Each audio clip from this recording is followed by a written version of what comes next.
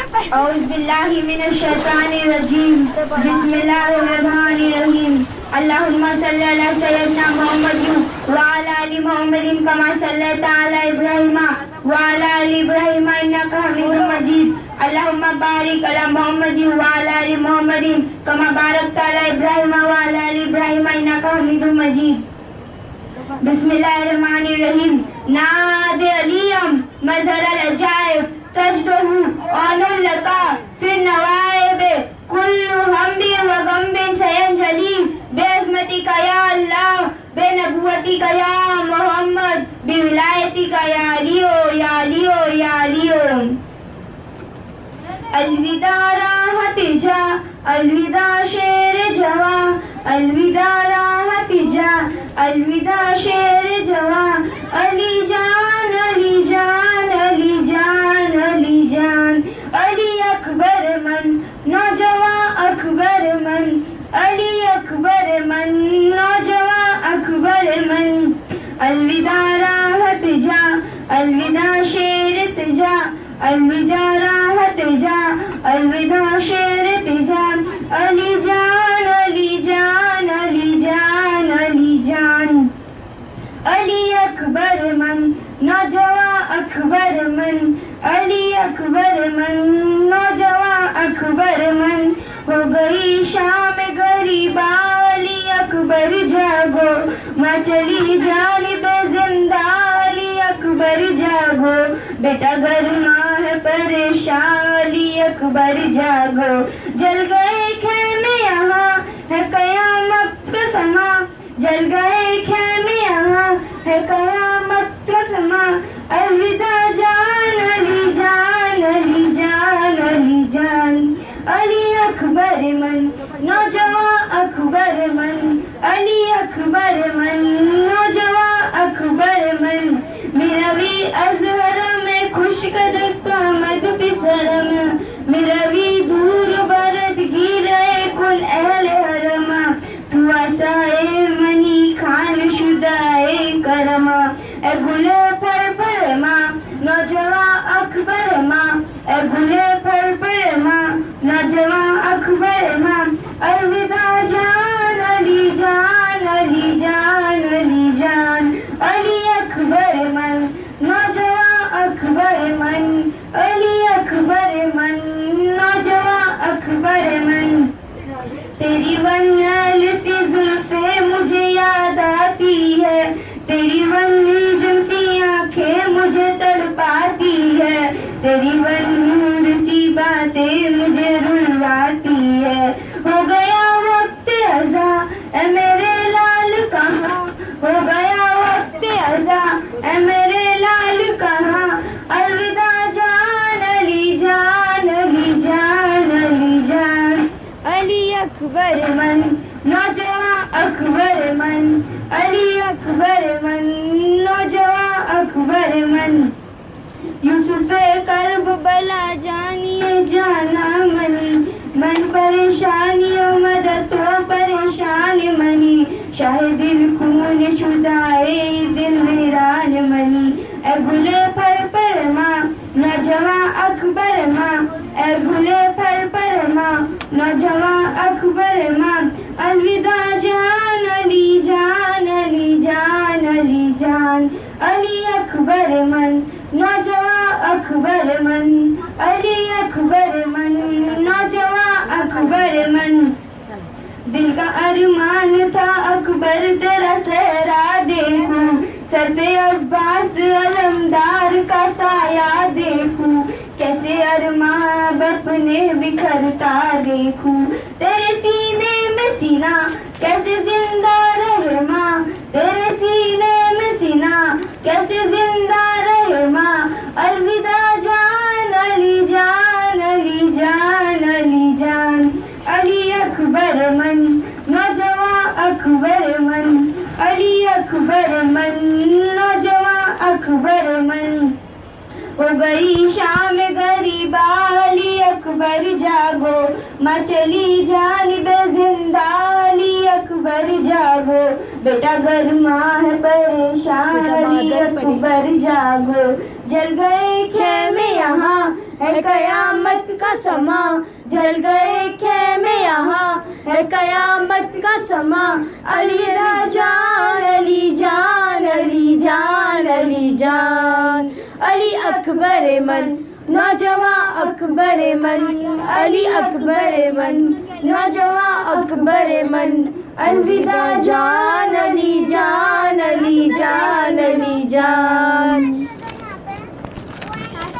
حضرت سیدنا علی مرتضیٰ علیہ السلام کا علما مقام و مرتبہ یہ ہے کہ ان کی قرآن فہمی، حقیقت شناسی اور فقہی صلاحیت تمام اولین و آخرین میں ممتاز و منفرد تھے۔ قدرت نے انہیں عقل و خلق کی اس قدر الفا و اعلیٰ صلاحیتوں سے نوازا تھا کہ جو مسائل دوسرے حضرت کے نزدیک پیچیدہ اور ناحل سمجھے جاتے تھے، انہی مسائل کو وہ آسانی سے حل کر دیتے تھے۔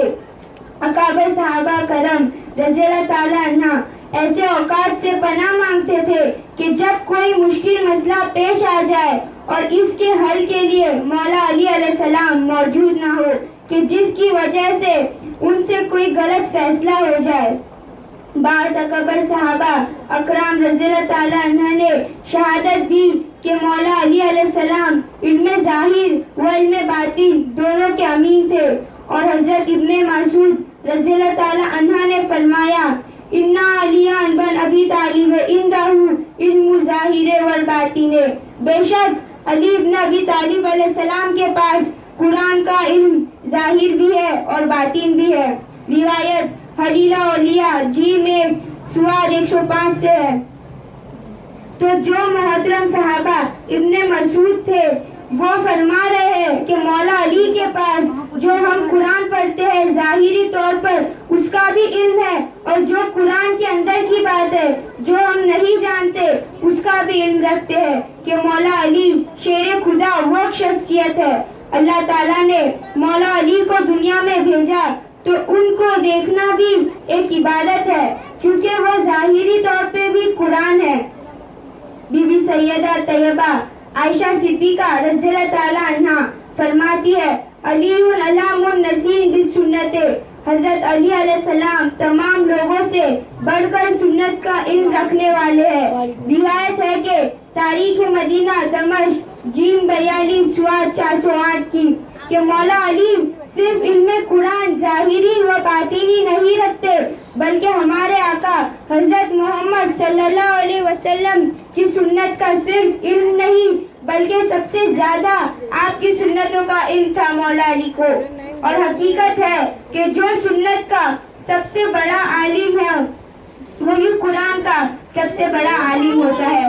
چنانچہ عبد الملک بن ابی سلیمان رضی اللہ تعالی عنہ نے سب سے بڑے عالم کی شناخت یوں بیان فرمائی کہ انہوں نے حضرت عطار رضی اللہ تعالی عنہ سے پوچھا اکانا فی اصحاب محمد صلی اللہ علیہ وسلم احد عالمی من علی قال لا واللہ ما علمون، کیا سیدنا محمد صلی اللہ علیہ وسلم کے صحابہ رضی اللہ تعالیٰ عنہ میں سیدنا علی علیہ السلام سے بڑھ کر کوئی عالم تھا؟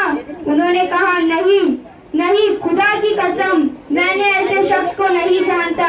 یعنی یہی وجہ ہے کہ مولا علی علیہ السلام کے سوا کسی شخص نے یہ دعویٰ نہیں کیا کہ مجھ سے جو چاہو پوچھو میں قرآن سے جواب دوں گا۔ ایسا دعویٰ صرف انہوں نے ہی کیا ہے۔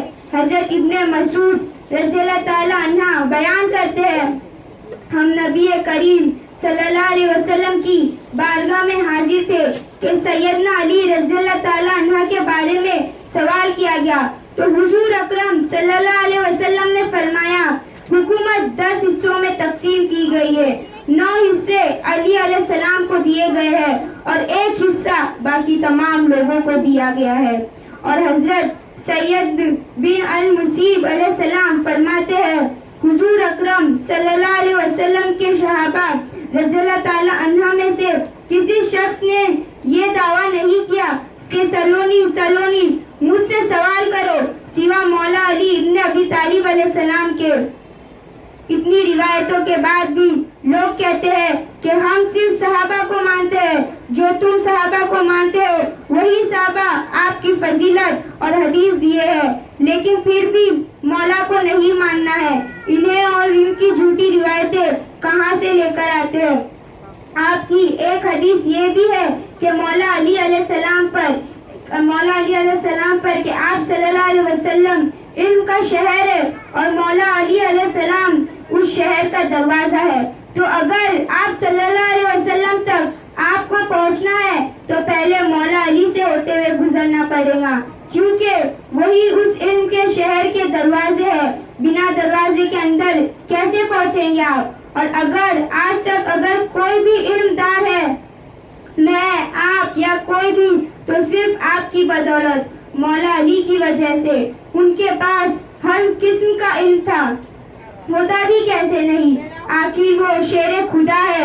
مولا علی کے پاس علم نور بھی تھا، یعنی عربی قواعد کا بھی علم رکھتے تھے آپ۔ قرآن و حدیث کا سمجھنا معرفت لغت پر معکوف ہے۔ قرآن کریم ہو، حدیث شریف ہو، کلام عرب ہو یا لغت ہو، ان میں سے ہر ایک کا سمجھنا عربی قواعد پر معکوف ہے۔ اس لیے ایسا کہا ہے، علم صرف تمام علوم کی ماں ہے اور علم نور ان سب کا باپ ہے، اور ان دونوں کا علوم کے موجود و موصوف باپ مدینہ علیم سیدنا مولا علی علیہ السلام ہے۔ سب سے پہلے انہوں نے ہی ان دونوں علموں کی بنیادی قوانین علم کرائی اور اس کو دو حصوں میں تقسیم کیا گیا۔ ایک کا نام صرف دیا اور دوسرے کا نور دیا۔ حقیقت میں صرف نور ہی کا ایک حصہ ہے اور اس کے موجود باقی حصے سیدنا علی علیہ السلام ہے۔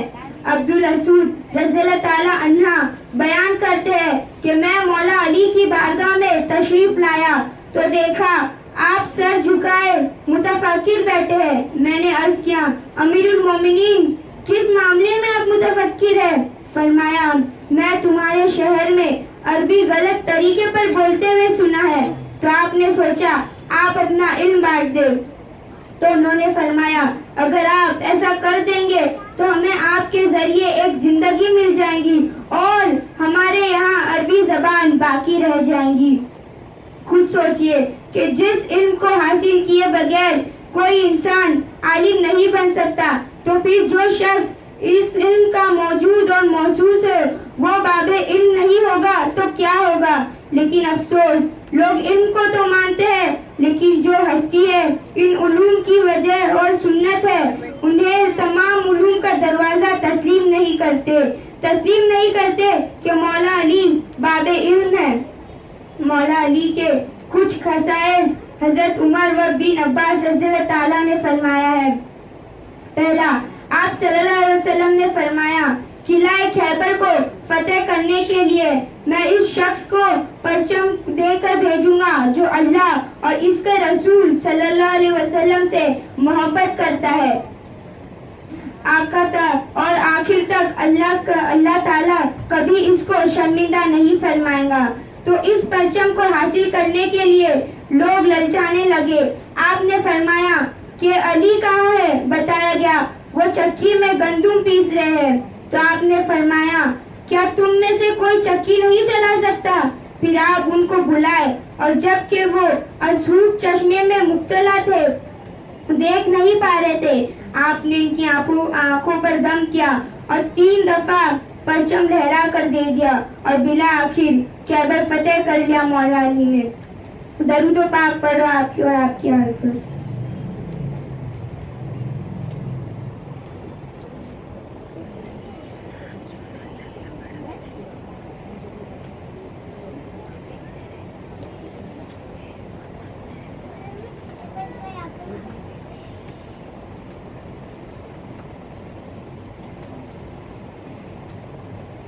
دوسرا، ایک مرتبہ حضور صلی اللہ علیہ وسلم نے حضرت ابو بکر رضی اللہ تعالیٰ عنہ کو سورہ توبہ کے ساتھ بھیجا اور مولا علی کو ان کے پیچھے روانہ کیا تو فرمایا، اس اعلان برات کے ساتھ فقط وہ شخص جائے گا جو مجھ سے ہے اور میں اس سے ہوں۔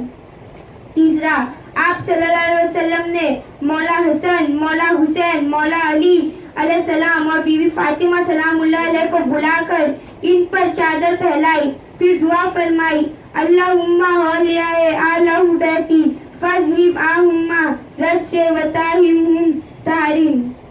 اے اللہ، یہ ہے میرے اہل بیت، بس ان سے ہر طرح کی پلیدی دور فرما دے اور انہیں خوب پاک فرما دے۔ مولا علی اول شخص ہے جو ام المومنین بی بی خدیجہ رضی اللہ تعالی عنہا کے بعد اسلام لائے۔ پانچواں، مولا علی آپ صلی اللہ علیہ وسلم کی چادر اوڑھ لیے تھے اور سو گئے تھے تو مشرکین ان کا یوں ہی قصیدہ کرتے رہے جس طرح وہ رسول اللہ صلی اللہ علیہ وسلم کا قصیدہ کرتے تھے، اور جب مولا علی آپ صلی اللہ علیہ وسلم کے پیچھے پیچھے گئے غار کی طرف تو سارے مشرکین مولا علی کے پیچھے گئے اور رات بھر آپ کو دیکھتے رہے۔ چھٹا، ایک دفعہ آپ صلی اللہ علیہ وسلم لشکر کے ساتھ غزوہ تبوک کی طرف جانے لگے تو حضرت علی علیہ السلام نے عرض کیا، کیا میں آپ کے ساتھ چلوں؟ فرمایا نہیں۔ مولا علی رو پڑے۔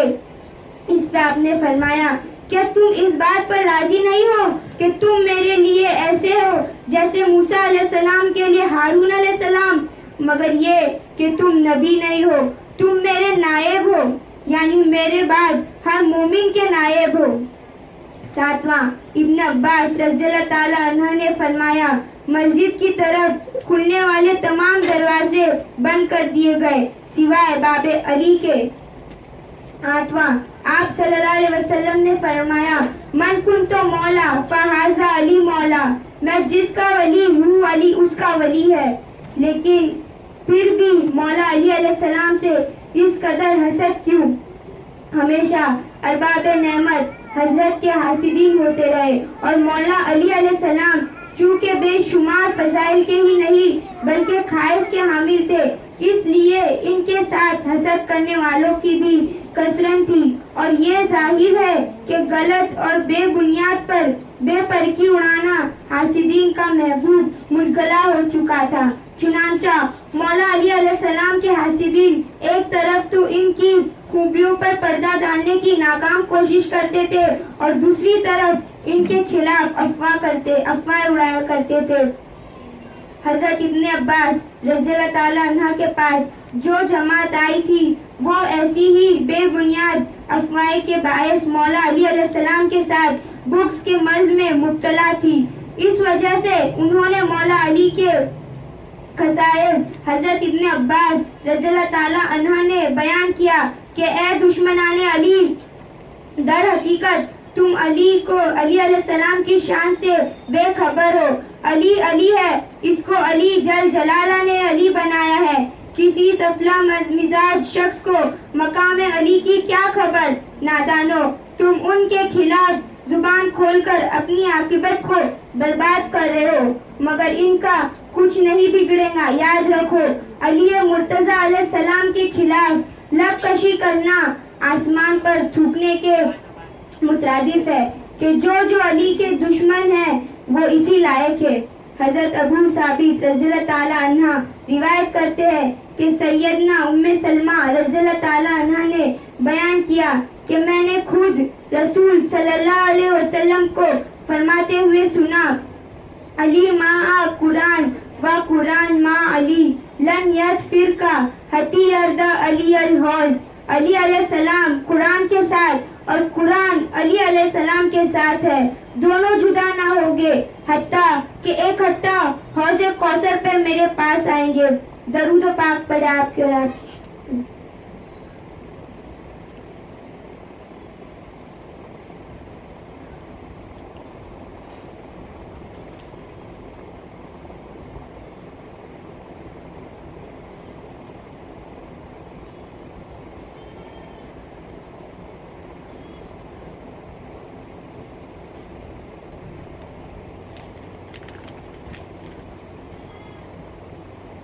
میسم تمار اور میرے مولا کی محبت دیکھو اپنے دوست کے لیے کہ ایک دفعہ کی بات ہے، مولا کائنات شیر خدا پوچھتے ہیں کہ میسم تمار کہاں ہے؟ لوگوں نے کہا یہی کہیں مسجد کے باہر کھجوریں بیچ رہا ہوگا. میرے مولا سے جو بے انتہا محبت کرتے, بے انتہا عزت کرتے ہیں, ان سے میرے مولا اتنا پیار کرتے ہیں کہ ان کو دیکھنے کے لیے خود گئے. وہاں جاتے ہیں, دیکھتے ہیں مسم تمار کھجور بیچ رہے ہیں. مسم تمار نے کہا کہ مولا آپ یہاں آ کے آنے کی تکلیف کیوں کیے؟ مجھے بلا دیتے, میں آ جاتا. آپ سلام کیے, آپ نے بھی جواب دیا. اتنے میں حضرت مسم کو کچھ ضروری کام یاد آتا ہے تو آپ سے فرماتے ہیں کہ میرے مولا آپ تھوڑی دیر رکیے, میں ابھی اپنے ضروری کام مکمل کر کے آتا ہوں. آپ نے فرمایا کہ ٹھیک ہے جاؤ, لیکن ذرا جلدی آنا. وہاں سے ایک منافق گزرتا رہتا ہے, دیکھتا ہے مولا کھجوریں بیچ رہے ہیں اور آپ کو پریشان کرنے کی نیت سے آ جاتا ہے. ستانے کی نیت سے کمبخت وہاں جاتا ہے, جا کے پوچھتا ہے ایک سکے میں کتنے کھجوریں آئیں گی؟ میرے مولا نے کہا کیوں تجھے نہیں پتا ایک سکے میں کتنی کھجوریں آئیں گی؟ میں تجھے بتاؤں. اس نے اپنے پاس سے ایک کھوٹا سکہ نکالتا ہے اور دینے لگتا ہے اور بولتا ہے ایک سکے میں جتنی کھجوریں آتی ہے وہ دے دو. آپ نے کہا نیچے رکھ دو. ایسا نہیں ہے کہ میرے مولا کو کچھ پتا نہیں ہے, وہ مولا کائنات ہے, ان کو سب پتا تھا. اور وہ جو کھوٹا سکہ ہے, اگر میرے مولا وہ کھوٹا سکہ ہاتھ میں لے لیتے تو وہ کھوٹا سکہ کھوٹا نہیں رہتا, اصل سکے میں بدل جاتا. میرے مولا کی وہ اونچی شان ہے. آپ کہتے ہیں کہ ایک سکے میں جتنی کھجوریں آتی ہے اتنی اٹھا لو. وہ منافق وہاں سے جانے لگتا ہے. صرف اسی دور میں منافق نہیں تھے, منافق آج بھی ہے. منافق وہ ہے جو بے عزت بے حیا لوگ ہیں, جن کو یہ بات کا احساس نہیں کہ ہمارے نبی سرور کونین نے ہمارے لیے اسلام کے لیے اپنا گھر کربلا میں لٹا دیا.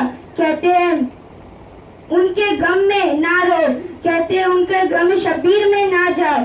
غم میں نہیں رونے کے لیے ہزاروں روایت ڈھونڈتے ہیں. وہ ہے منافق. صرف آج ہی کی نہیں بات ہے, پہلے سے ہی چلتا آ رہا ہے. جو مولا کو دیکھ کر سمجھ نہیں سکے تو ان منافقوں کی اولاد کو ان کے فضائل کتنے بھی سناؤ, لیکن ان کو سمجھنا نہیں آنے والا. تو آج جو اس مجلس میں ہے تو حسین کی مجلس میں ہے. اللہ سے شکر ادا کرو کہ ہمیں اتنی اچھی نیک سچی راہ میں چلنے کی صلاحیت عطا فرمائی ہے. وہ منافق یہ سوچ کر جاتا ہے کہ میں نے آج مولا کو بیوقوف بنا دیا معاذ اللہ کہہ کر, تو بڑا منبر پر چڑھ کر سلونی پوچھو میرے سے چلاتے ہیں. آج یہ بھی سمجھ نہیں پائے کہ میں نے انہیں کھوٹا سکہ دے دیا ہے. گھر پہنچتا ہے, اس کی بیوی مولا کی چاہنے والی تھی, بے انتہا محبت کرتی تھی اور عزت کرتی تھی مولا کی. اپنی بیوی سے کہتا ہے کیوں تو بڑا مولا کرتی تھی, دیکھ آج میں نے کھوٹا سکہ دے کر کھجوریں بھی لے آئی اور تیرے مولا کو پتا بھی نہیں چلا. اس کی بیوی مسکرا کر جواب دیتی ہے پہلے کہا کہ تو دیکھ جو کھجوریں تو میرے مولا کو جھوٹ بول کر لایا ہے وہ کھجوریں کھا کے تو دیکھ. وہ فوراً کھجوریں اٹھا کر کھانے لگتا ہے اور کھاتے ہی فوراً تھوک دیتا ہے, کیونکہ وہ کھجوریں بہت زیادہ کڑوی اور کھٹی تھی کہ فوراً اٹھ کر مولا کی طرف نکل جاتا ہے. اور وہاں پر مسم تمبار بھی آ جاتے ہیں. بڑے پیار سے پوچھتے ہیں مولا کچھ کھجوریں بکی کیا؟ آپ نے کہا پیسہ وہاں رکھا ہے, وہ پیسے اٹھا لو. جب وہ مسم تمار وہ پیسے اٹھاتے ہیں, دیکھتے ہیں کہ یہ سکہ تو کھوٹا ہے. تو آپ نے فرمایا کیا مولا آپ نے کھجوریں بیچی بھی تو کھوٹے سکے میں؟ مولا نے فرمایا یہاں ذرا تھوڑی دیر ٹھہر کے دیکھو. مولا کو علم غیب تھا, ان کو پتا تھا کہ وہ منافق آ رہا ہے مولا کے پاس. اور وہ منافق مولا کے پاس آتا ہے, کہتا ہے پیسے برابر پورے لیے, لیکن کھجوریں کیسی دی آپ نے؟ مولا نے کہا مسکرا کر سکہ بھی تو کھوٹا تھا. منافق بولتا ہے جب دیکھ کے پتا چل گیا تھا کہ سکہ کھوٹا ہے تو لیے کیوں اور کھجوریں بیچی کیوں؟ تو مولا نے فرمایا تجھے میں دیکھ کر بتانے والوں میں سے لگتا ہوں؟ اللہ کے فضل سے مجھے سب پہلے سے ہی پتا ہے. یہ ہے میرے مولا کی شان. جو ان سے محبت کرتا ہے میرے مولا ان سے محبت کرتے ہیں. اور ہماری محبت ایسی خالی نہیں جائیں گی. آخرت دنیا زندگی سب سنور جائیں گی. ان سے نسبت رکھنے والوں کو شہادت نصیب ہوتی ہے. اور ایسا کوئی نہیں ہے کہ وہ جس کو شہادت نہیں چاہیے ہوتی. اور میثم تمار کو بھی شہادت نصیب ہوتی ہے. اور ایسی شہادت نصیب ہوتی ہے کہ ایک بار مولا ان کو کہتے ہیں کہ میثم تم مجھ سے اتنی محبت کرتے ہو, اتنی عزت کرتے ہو, تمہیں یہی وجہ سے شہید کیا جائے گا. آپ ان کو پورا واقعہ بتاتے ہیں کہ کہاں انہیں شہید کیا جائے گا اور کہاں آپ کے اوپر سے آپ کی زبان کاٹ دی جائیں گے. ان کو پورا واقعہ بتاتے ہیں. جیسے مولا نے بتایا تو کہ تمہاری زبان کاٹی جائیں گی, تمہیں جھاڑ پہ لٹکایا جائے گا. اور میثم تمار کی بھی اتنی محبت تھی کہ جس جھاڑ پہ انہیں لٹکایا جائے گا وہ اس جھاڑ کو روز جا کے پانی ڈالتے تھے. صرف نبی سے محبت کرنا اور اہل بیت کے لیے دل میں بغض رکھنے پر کچھ کام کا نہیں, کیونکہ آپ نے فرمایا ہے کہ سب عورتوں میں سب سے افضل بی بی فاطمہ سلام اللہ علیہ ہے اور سب آدمیوں میں سب سے افضل مولا علی ہے. ان کے بیٹے جنت کے سردار ہیں. درود پاک پڑھا آپ کے واسطے.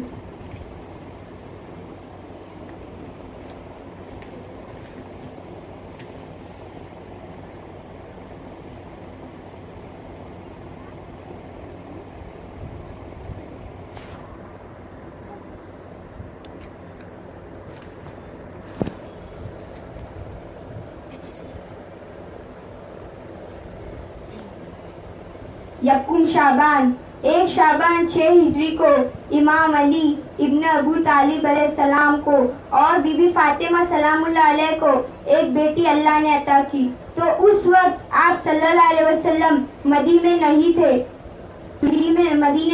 تھے. 3 دن کے بعد آپ اپنے مبارک قدم لے کے مدینے میں آئے تو آپ سب سے پہلے امام علی ابن ابو طالب اور اپنی بیٹی فاطمہ سلام اللہ علیہ کے گھر آئے. اپنی نواسی کو گود میں اٹھایا اور مسکرا کر کہنے لگے آپ کی صورت آپ کی نانی خدیجۃ الکبریٰ سے ملتی ہے اور آپ کی آنکھیں اپنے بابا علی ابن ابی طالب علیہ السلام میں ملتی ہے. اور آپ نے فرمایا یہ میری نواسی آپ کی زینت زینب ہے. بس یہ کہنا تھا. امام علی اور بی بی فاطمہ سلام اللہ علیہ مبارکباد دینے لگے, لیکن آپ صلی اللہ علیہ وسلم کی آنکھوں میں آنسو آ گئے. امام علی نے پوچھا اے سرکار دو عالم خوشی کے موقع پر آنسو کیوں؟ رسول اللہ نے فرمایا اے علی میرے بعد جب میری امت تم سے فاطمہ سے حسن سے حسین سے نفرت کر کے ان کو قتل کر دے گی تو یہ بی بی زینب ہوگی جو گلی گلی پتھر کھائیں گی, بازاروں میں جا جا کے پنجتن پاک کی شان بیان کریں گی اور میری امت کو بتائیں گی کہ آل رسول کا احترام کیا ہے. آپ اتنے صابرین تھے اور اتنے پردے میں تھے کہ آپ نے ایک دفعہ کی بات ہے آپ سو رہے تھے, صرف آپ کا ایک بال دکھ رہا تھا جس کی وجہ سے سورج طلوع نہیں ہوا تھا. ایک دفعہ ایک عورت تھی جس کی آنکھ میں بے حد درد تھا اور ان کا درد اتنا بڑھتا گیا کہ ان کی بینائی جانے لگی. انہوں نے آنکھیں کا بہت علاج کروایا لیکن ان کو اس سے آرام نہیں ہوا اور ان کا درد کسی شدید بیماری میں مبتلا ہو گیا اور اضافہ ہو گیا اور آنکھوں کے نیچے سیاہی پھیل گئی, یہاں تک کہ کئی حکیموں نے انہیں لا علاج قرار دے دیا کہ اس کا کوئی علاج نہیں. اسی دوران ان کی ایک عزیز عورت ان کے پاس آئی جو کہ کرب و بلا کی زیارت کے لیے جا رہی تھی. اس عورت نے ان کو دیکھا اور اس کے دل میں بھی امام حسین علیہ السلام کی زیارت کا شوق پیدا ہوا. وہ اپنے طبیب کے پاس گئی اور ان کو جا کے بتایا کہ میں کربلا کی زیارت کے لیے جا رہی ہوں. ان کے طبیب نے ان کو خبردار کیا اور کہا کہ اگر انہوں نے سفر کیا تو یہ ہو سکتا ہے کہ ان کی بینائی مکمل طور پر چلی جائیں گی اور وہ دیکھنے کے بھی قابل نہیں رہیں گی۔ اس عورت نے کہا کہ اگر میری بینائی جانی ہی ہے تو کیا ہی اچھی بات ہے کہ میں ان کی زیارت کر رہا ہوں۔ ابھی ایک منزل طے بھی نہیں کی تھی کہ عورت کی آنکھوں کا درد بڑھنے لگا اور بہت شدید درد ہونے لگا اور وہ بے چینی کی حالت میں رہنے لگی۔ قافلے میں موجود تمام خواتین نے ان کو ملامت کی اور کہا کہ آپ ابھی واپس چلی جائے، کیونکہ وہ اپنے آپ کو تکلیف دینے لگی تھی، پر وہ نہ رکی اور دوسری منزل کے قریب پہنچی کہ عورت کا درد اتنا شدید درد ہونے لگا کہ وہ برداشت نہیں کر پا رہی تھی، یہاں تک کہ وہ عورت کی بینائی چلی گئی، اسے دیکھنا بھی بند ہو گیا اور وہ بے چینی کی حالت میں بے ہوش ہو گئی۔ وہ عورت ایک خواب دیکھتی ہے کہ خواب میں کیا دیکھتی ہے کہ بی بی زینب سلام اللہ علیہ اپنی چادر کو کنارے لیے ان کی آنکھوں میں لگا رہی ہے اور اس مظلوم عورت کی آنکھ کھل جاتی ہے۔ آنکھ کھولتے ہی آپ کے بعد وہ عورت کو دیکھنا چالو ہو گیا اور انہوں نے محسوس کیا کہ جو بھی درد تھا وہ ختم ہو چکا ہے۔ انہوں نے موجود قافلے والوں سے کہا کہ میری آنکھیں بالکل ٹھیک ہو گئی ہے اور مجھے کوئی درد محسوس نہیں ہو رہا، اور قافلے والے حیران ہو گئے اور کہنے لگے تمہاری دونوں آنکھیں ایک جیسی ہو گئی ہے، آنکھوں کے نیچے سے سیاہی بھی چلی گئی اور درد کی وجہ سے جو آنکھوں میں لال پنا آ گیا تھا وہ بھی دور ختم ہو گیا ہے، اب تمہاری آنکھیں صحیح ہو چکی ہے۔ یہ ہے بی بی زینب جن کے خواب میں آتے ہی درد ختم ہو گیا۔ یہ وہ گھرانہ ہے جس کا رتبہ تا قیامت و روز محشر میں سب سے بلند ہوگا۔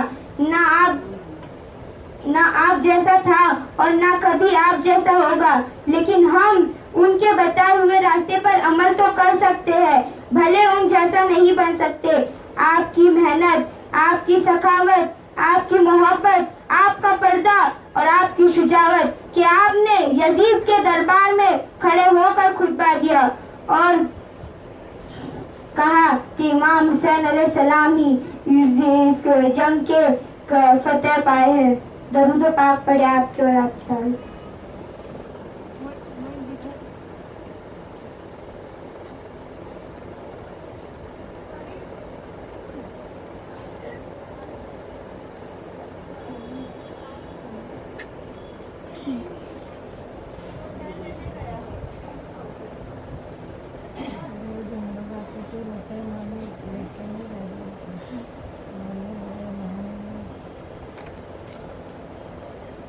امام حسین علیہ السلام اللہ کے رسول سے بے پناہ پیار کرتے تھے کہ تاریخ نے تحریر کر دیا کہ آپ ابھی اللہ کے محبوب کے سینے پہ سوتے تھے اور اللہ کے رسول بار بار حسین کے لیے فرماتے تھے حسین منی وانا من الحسین، حسین مجھ سے ہے اور میں حسین سے ہوں۔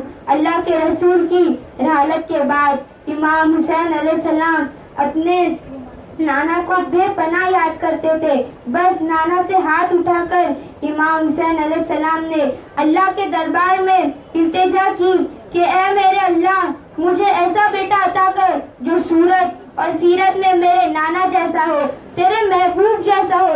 بس امام حسین علیہ السلام کی دعا اللہ کے دربار میں قبول ہو گئی اور اللہ نے امام علی علیہ السلام کی شہادت سے 7 سال پہلے 11 شعبان 33 ہجری کو بی بی ام لیلہ ابن حبیب اللہ سے اللہ نے امام حسین علیہ السلام کے گھر میں دوسرا پھول کھلا دیا، جس کو امام حسین نے اپنے وعدے کے مطابق علی کے نام سے نواز دیا۔ تاریخ نے تحریر کر دیا کہ اس شہزادے کی صورت اور سیرت، اخلاق، بولنا، دیکھنا ہو رسول اللہ جیسا تھا۔ امام حسین علیہ السلام بے پناہ خوش ہوئے کہ میری دعا اللہ نے قبول کر لی۔ اتنی دیر میں آپ کی پیاری بہن زینب بنت علی آپ کی خدمت میں آئی اور عرض کرنے لگی اے میرے بھائی حسین، آج میں بابا سے کچھ مانگنے آئی ہوں۔ امام حسین علیہ السلام اپنی بہن سے بے پناہ پیار کرتے تھے. آپ نے فرمایا اے میری بہن حکم کرو. بی بی زینب نے فرمایا بھائی اللہ نے آپ کو علی اکبر عطا کیا ہے. بھائی میں چاہتی ہوں کہ چھبی پیغمبر کی پرورش میں کروں. بس یہ کہنا تھا. امام حسین علیہ السلام مسکرانے لگے اور فرمانے لگے اے زینب اکبر کے لیے اس سے بہتر کیا ہوگا کہ ثانیہ زہرا اس کی پرورش کرے. لیکن بس ام لیلا سے ایک مرتبہ پوچھ لو. بس یہ کہنا تھا. بی بی ام لیلا ہاتھوں کو جوڑے خدمت میں حاضر ہوئی اور عرض کرنے لگی اے میرے آقا زینب میری مرشد زادی ہے اور آپ مولا ہے. میرے بچے کی اس سے افضل اور کیا ہوگا کہ زینب جیسی ماں اس کی پرورش کرے. بس علی اکبر کی پرورش بی بی زینب بنت فاطمہ زہرا بن کر کرنے لگی اور جنگ کے آداب جناب عباس علی کی طرح سکھاتے رہی. یوں دن گزرتے رہے. یہ شہزادہ یوں زمانہ مولیت تک آ پہنچا. آپ کی عمر مبارک 18 سال تک آ پہنچی تھی کہ یزید نے آپ کے بابا کو قتل کرنے کا حکم نافذ کر دیا تھا. 10 محرم کی رات جب ہر ماں اپنے بیٹے کو نصیحت کر رہی تھی کہ کل میدان میں حسین کے قدموں پر قربان ہونا ہے, ایک مرتبہ بی بی زینب علی اکبر کو بلاتی ہے اور سینے سے لگا کے فرماتی ہے اے میرے بیٹے کل تم کو اللہ کے دن پر قربان ہونا ہے. آج میں چاہوں گی کہ تم اپنے ماں کے پاس جاؤ اور اس سے اجازت لو.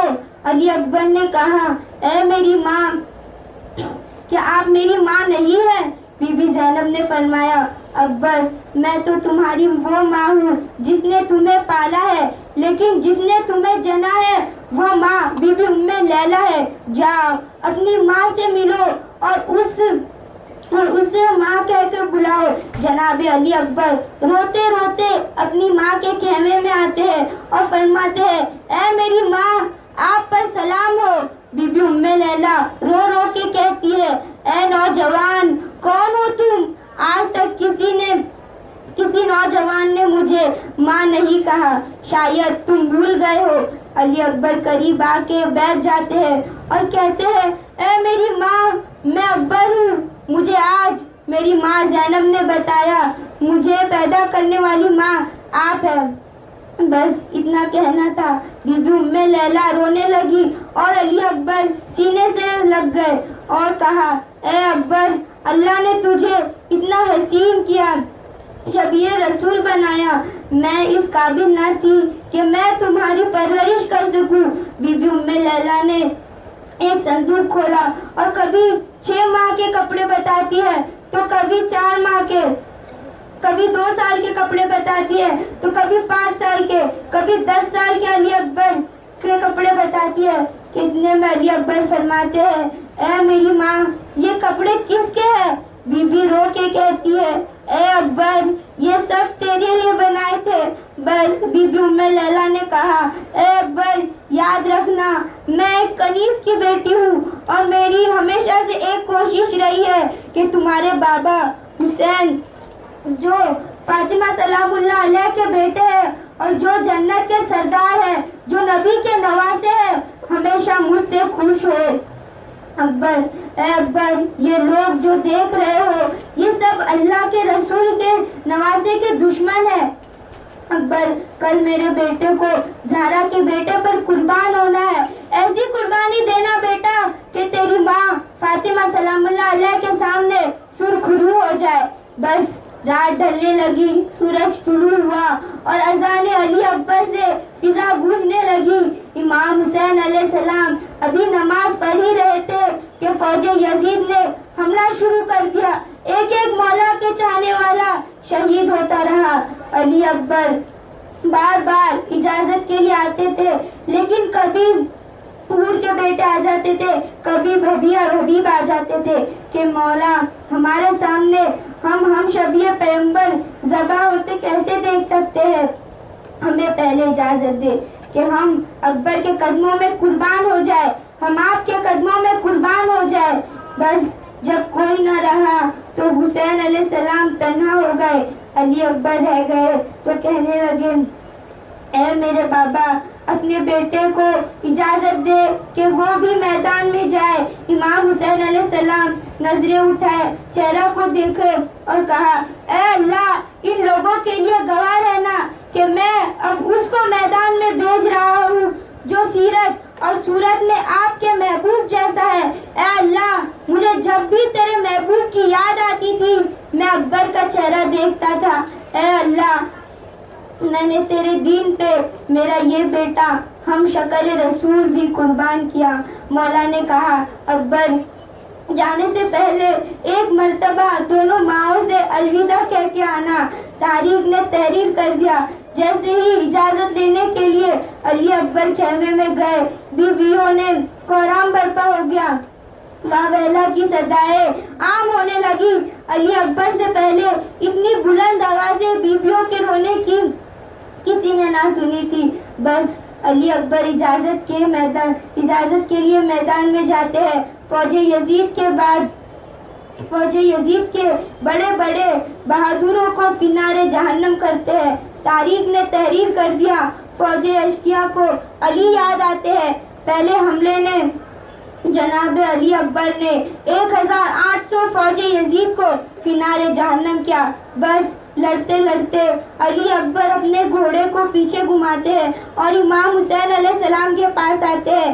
امام حسین علیہ السلام فرماتے ہیں اے میرے بیٹے کچھ کہنا چاہتے ہو؟ علی اکبر دست ادب کو جوڑ کر کہتے ہیں اے میرے بابا میں نے 3 دن تک پانی نہیں پیا ہے. میرا گلا خشک ہو گیا ہے. اگر مجھے تھوڑا سا پانی مل جائے تو میں کچھ دیر اور لڑ سکتا ہوں. امام حسین علیہ السلام کی آنکھیں نم ہو گئی اور فرمانے لگے اے اکبر اللہ کی مرضی ہے کہ ہم بغیر پانی کے جنگ لڑے. اکبر تم ایسا کرو تم میری زبان اپنے منہ میں ڈال دو, ہو سکتا ہے تمہیں تھوڑا سا آرام ملے. جیسے ہی علی اکبر نے امام حسین علیہ السلام کی زبان منہ میں ڈالی ہے تو زاروں قطار ہونے لگتے اور فرمانے لگتے ہیں اے میرے بابا آپ کا منہ مجھ سے بھی زیادہ خشک ہے. امام حسین علیہ السلام رو کر کہنے لگے اکبر جاؤ تمہارے دادا جام کوثر لے کر تمہارا انتظار کر رہے ہیں. بس علی اکبر پھر سے میدان جاتے ہیں اور ہزاروں کی فوج کو فنار جہنم کرتے ہیں.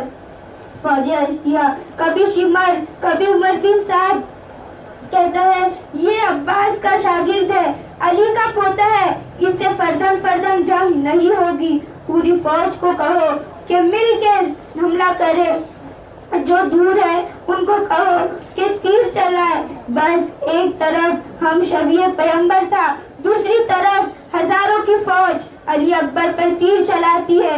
نیزے چلائے گئے, بھالے چلائے گئے اور کسی ظالم نے علی اکبر کے سینے پر پرچی مار دی اور توڑ دی اور ہنس کر کہنے لگا اب دیکھتا ہوں حسین یہ پرچی کیسے نکالتا ہے. علی اکبر صدا دیتے ہیں بابا بابا میری مدد کرے.